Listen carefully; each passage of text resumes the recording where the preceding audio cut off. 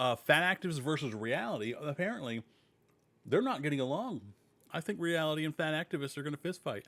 I assume reality is going to win because it always does. Well, this is Nadia Nymph. I enjoy her. She talks about like cringy TikTok stuff. A lot of it is about fat activists because she's a personal trainer. I think she's a personal trainer. I know she's really into training and fitness. So let's see what she has to say. Pick a struggle, okay? You either gonna be big or you gonna have a nasty attitude, but you can't have both. I don't have a big person mindset. I'm skinny in my head. Hey, welcome or welcome back. Problem with that is your head doesn't agree. Your brain knows you ain't skinny. So you could be skinny in your head, but your head knows better. My name is Nadia. I hope you're doing really well today. For today, we are going to look at two fat activists who are struggling with the English language. Both of them don't seem to understand what the word discrimination means, and the second one is redefining the F word. So we're going to start by looking at this fake protest from J-Bay, and the protest is based she's on back. this. She shows up a lot in the fat activist video. She's the one who leads the petitions to get people to, to force companies to make bigger seats. And if you've ever been booted from a flight because a fat person wanted 2 seats, even though you paid for yours, you could thank her. Here was my experience at fat-tok where they refused to push me in a wheelchair. You saw that video, and they refused to push me because I was too fat. And they had absolutely no consideration for my physical health, my well-being, my needs. They had no consideration for her health while she's complaining that she's super fat. And people didn't want to put their backs at risk pushing her up the ramp. None of the above. And you know what? Enough is enough. fat-tok will be held accountable for their actions. We will not stand for this any longer. I mean, she won't even stand for Oh, I was about to make that joke. Crap. her own protest. Nadia, and most curfew. of us know the incident she's talking about that allegedly happened because of how much attention she got for it last year. My ordeal at SeaTac Airport will shock you. When it came time for me to deplane, I saw the employee who would be assisting me with my wheelchair waiting for me in the entry of the jet bridge. As I approached her and she realized she'd be assisting me and not one of the smaller passengers, she started to walk away with the wheelchair while making comments about my size. I was then forced to walk up one of the longest jet bridges. If that happened, she shouldn't have made comments, for sure. You are essentially in a customer service position. You cannot say stuff like that, especially unprovoked. Bridges I've encountered, and she didn't stop. So now she is going back to this incident and trying to squeeze whatever remaining attention she can from this situation. And she's doing it with this radical demonstration at With the the airport. worst attitude you can have going into it. Huh. Interesting. She said she wouldn't stand for it. Well, she's not standing for it, that's for sure. It is her with a sign in her wheelchair with one very confused looking employee in the shot. But I'm guessing he wasn't confused for very long. I wonder how long she stayed there. Was it to film the video and then finish out maybe an hour and then she got hungry and left? Because this could not have lasted for more than 30 seconds. The music she Oh yeah. She doesn't have the muscular capacity to hold up those signs. picks for this TikTok is Childish Gambino's This Is America, which is worth noting because that's pretty audacious in my opinion. This whole bit that she's doing, this little stunt, it's just her cosplaying oppression on a few levels. Yeah, she does that a lot. Listen, I'm not making fun of her because she's fat. I'm making fun of her because she's stupid. She just also happens to be fat. I myself am also a bit of a larger boy. I'm a chunky boy. That's part of why I picked a snowman for my avatar, because I'm thick, round, pasty, and I melt in the sun. This is unacceptable and it's discrimination and it will not be tolerated any longer. Stand in solidarity with us. fat-tok will be held accountable for their actions. Her sign says that her rights No, have they been won't. violated, and the caption says, "This is discrimination," which is exactly what I wonder if they figured out how to demonetize her. Would that shut her up? What do you think? What do you think? DeMoss is claiming about the Lyft driver situation. It's like a lift might be hurting pretty soon too. I knew it was illegal and I knew that it was wrong. And it's all about attention for both of them, I think. J-Bay has been over the top performative this year already. She is leaning hard into this idea of being some kind of martyr for plus size people. And that's when I started fighting for us, for fat liberation, for the right Who? Who's us? You were wronged. How what you're doing helps the average person? to exist, to thrive, and to take up space. Hey, I'm Jalen, but you might know me as J-Bay. But honestly, I'm just Jay. But nobody asked for her, or this, specifically not this. She put wheelchair access for all on this sign, which is just the cherry on top here. She's trying to make it look like a more generalized plea on behalf of everyone who needs a wheelchair. Yeah, they like to do that. They know nobody's going to take their cause seriously, so they like to drag other groups into it. One, in hopes of getting their support. Two, in hopes that people will think, oh, I don't care about her problem, but I also don't want to look like I'm against disabled people. And that's how they get you. They're just throwing up false flags, man. Wheelchair. But that's just her trying to curb the backlash that she knows she's going to get by using the disabled community as a shield. J-Bay doesn't care about fat liberation. She doesn't care about people with disabilities. She cares about her brand. A brand that really only works and exists as long as she doesn't get the things she's claiming she wants. She would be just a... Yeah. If everyone changed that she wanted them to change, she would have to find more stuff to change. She can never stop being annoying because then she loses her entire platform. Hey, I'm happy. Nothing's wrong. No one's going to watch that. Another wannabe influencer trying to get noticed if the fat liberation ideal actually manifested itself, not unlike all of the people trying to launch their rap careers on TikTok. I can fit in this car. What makes you think I can't fit in this car? No, I don't never have to order Uber XL. We already know that Dank DeMoss is suing Lyft for discrimination. What I want us to look at is this interview that she did on The Breakfast Club. How you? You good? Good morning. What's going on? Nice to meet you. Hi, How are you? Stormy? Hey, King. How you, brother? You good? Nice to meet you, King. It's the only seat y'all got? What you want? What you need? A bigger chair or something. Is she already little? We had That's what I'm talking about. Good, this is the accommodation. We are starting off with her needing a couch to be separated so she could use a piece of it as a chair. And the imagery is definitely it's so bringing me sad back looking. to Look the at video that. we just watched of Dave Blunt's. Oh, man. This is not the direction you want to go, man. Like, I don't care that he's big. I care that he clearly needs oxygen and a couch to get on stage and do this job. Rapping on a couch at his show. And this is the moment that she ruined her own lawsuit. Not that I think it had a chance to begin with, but she just fully acknowledged that she needs special accommodations. No, I don't never have to order Uber XL. Accommodations not unlike what that Lyft driver suggested, ordering an XL. You said the chair was too small, so we had to bring the part of the sectional for you to sit in. And you said something. You said, now this is what I'm talking about, accommodations, right? Yes. But we live in a world that's not always going to be able to accommodate people. That But are we plus should, size. though. We should, because we not all the same, you know? I feel like we should. Like, I guarantee you she's never once accommodated someone else in her entire life. Someone says, hey, can we do this? And she would immediately go off on them because it's slightly inconveniencing her. why not? When I hear the word should, I pause. It's a pretty loaded word, so I actually try to be careful how I use that in my own life. If you are asserting that something should be a certain way, I think you need a really good basis for that. And entitlement shuts people down regardless of what size you are. I really liked what this lady had to say about it. You gonna have to pick a struggle, okay? You either gonna be big or you gonna have a nasty attitude, but you can't have both. You gonna pick a struggle and you gonna Amen. pick what the struggle you choose. You need to ask, hey, do you all have a chair that might be a little bit more comfortable for me?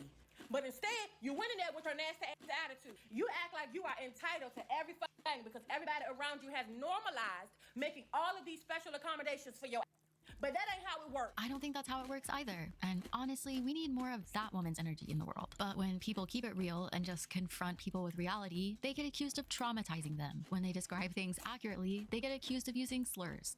Bigger people, obese, the F word people should just be in a house. F-word people? Really? Yeah, the F word. I'm not You heard that you can't say in your house Yeah. fat.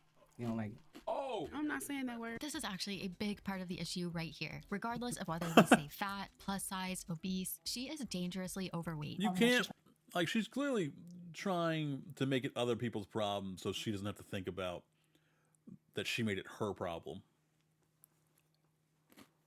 Not true. You can't tell someone's health by looking at them. That statement is a lot more Yeah, you profound can. when we are looking You at absolutely someone who can. presents as healthy, who appears well, but is actually dealing with an underlying health condition. When someone is pushing 500 pounds, we can start by just acknowledging that gravity alone is impacting their health. And that is not me trying to be an asshole. Something as simple as her losing balance and tripping could be life-threatening. But we have gotten so comfortable lying to people's faces that this girl has now been quoted multiple times as saying she feels skinny in her head.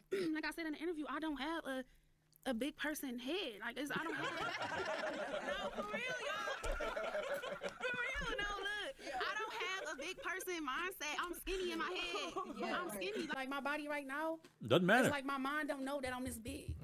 My mind does not know that I'm this big. Our minds are really powerful and also how really science valuable. works. And part of why I have the passion I do specifically for TikTok is because young minds are even more vulnerable. I can't really be convinced that she came to the conclusion that she is not the problem, society's the problem, all on her own. For years, we've been told fat is the enemy, that our bodies are the problem. But here's the truth. The real issue is in our... No one told her fat was the enemy. She said that to herself in her head. She got herself down about it and then projected that onto other people. bodies, it's the system that profits off of our oppression. I don't think so. She has groups like body positivity and F acceptance. No. You think the weight loss programs make a lot of money? All of them combined don't make as much as McDonald's does in a year. No. They're profiting way more off of you being fat than being thin. And FYI, weight loss companies, you'd be surprised how many of them are owned by the same companies who own some of the fast food that you consume. Because they want to get you both ways. Who have engineered a reality that absolves them of all Matter of fact, they sell you the diet that they know you're not going to stick to because statistically, you won't. And then when you fail, you're going to binge the other direction off of the food they're going to sell you. And then they'll sell you the next fad diet before you get off of that. And then go back to binging the food they're going to sell you. That's how it works. That's how the rich stay rich, by exploiting everyone else. Personal responsibility. And that carefully engineered reality has become so pervasive that when those people encounter contradictions or face the consequences of their choices, like not being able to fit into a car, they frame it as emotional damage or trauma instead of recognizing it as a clash with reality. Reality sucks. And we're now indulging delusion to the extreme that we have lawyers going on the news attempting to equate this to discriminating against someone based on their skin color. It would be no different than a driver pulling up and saying, No, I don't want to have black people. Because the color of your skin can't break his car. Your weight can. Your weight can seriously damage his car. And it seems like this is his primary source of income. And that's very, very important. You are going to take income out of his pocket when he needs to get that fixed. People in my car. I have less than zero respect for everyone around her pretending to care about her or her lawsuit right now. They don't care about her at all. But going back to the F word or F people. Let me ask you a question. You said that the F word, the fat, is a slur. Yes. This is particularly confusing. It's not. Mainly because F acceptance is usually trying to convince us that the word fat is just a neutral descriptor. I say fat because, well, I am fat. Shocker. Fat is just a word. A while back on here, I asked how you all felt about the word fat, and most people said they preferred not to be called fat. And I understand that because that word has a lot of negative connotations. It's been used negatively for a long time. Yet this idea that it can be reclaimed is really emphasized in the fat acceptance space. When I don't identify as fat, the power in it's the situation, her. if it's like a thin person, the power The lady with resides the in cake their issue. court, right? They get to throw down that word whenever they want to put me in my place. And when I start out the conversation with like, I'm fat, it's like, I'm like, I took that card off the table. You can't play that card. There is a linguistic theory that Well, that's not suggests true. words not only have... If it didn't bother her, she wouldn't have opened with it to take it off the table. You doing that and admitting that says it does bother me. Please don't call me fat. Meaning they also perform actions. The word fat can be used to perform the action of shaming or humiliating someone, for example, just like the word skinny. I do understand what Virgie is communicating here, even if I disagree that it works, because fat describes a body condition that we know to be unhealthy. The negative connotations haven't just been fabricated. The very they're act rooted of being in fat legitimate is concerns unhealthy. about health risks and quality of life. We can't all just agree If you that like the being word fat, like you genuinely have no issue with it, God bless you. Do you live your life? It's your life to do so, and nobody should tell you what to be or how to eat or whether you should exercise more. If you're happy, keep doing it. But there's going to come a point, if you're still young, where all that fat is going to have taken its toll on your body and worn you down enough that you're going to start having critical issue after critical issue after critical issue, because it only takes one part of you breaking down to start triggering the rest of them to break you down. So while you might feel good now and think this isn't a problem, that's not what they're trying to warn you about. They're trying to warn you it's going to have consequences. No matter how you feel now, it's coming.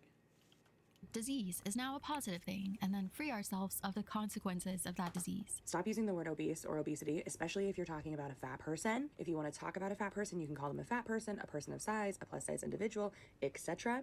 You do not have to use the word obese. It is not Their an movement would have accurate gone term to further if they describe weren't human constantly beings trying or to their police bodies. people's Whether language. we use the language of too obese, too big, or too fat, this driver did not feel confident that Dank Damas would fit into his car safely, which his safety matters also, and simply observing the physical limitations. You know, all